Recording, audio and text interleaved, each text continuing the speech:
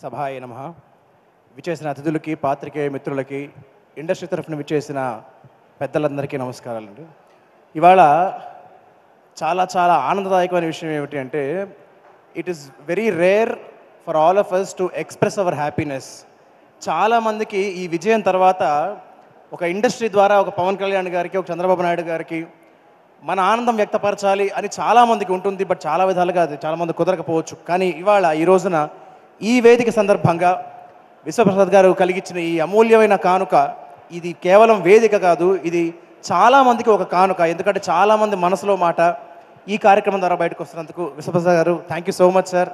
అలాగే వివేక్ కూచిపట్ల గారు కూడా థ్యాంక్ యూ సో మచ్.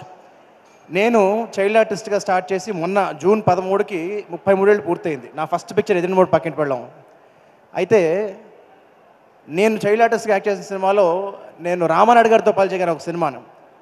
ఆ టైంలో అనుకునేవాడిని నిజంగా 100 సినిమాలు తీయడం అంటే మామూలు విషయం కాదు అని. తర్వాత అలాంటి వాళ్ళు వస్తారా అని. నేను చిన్నప్పటి నుంచి నేర్చుకున్న విషయం ఏమిటి అంటే, ఇండస్ట్రీ బాగుండాలి అంటే ప్రొడ్యూసర్లు బాగుండాలి. ఇలాంటి ప్రొడ్యూసర్లు బాగుంటే ఇండస్ట్రీ చల్లగా ఉంటుంది.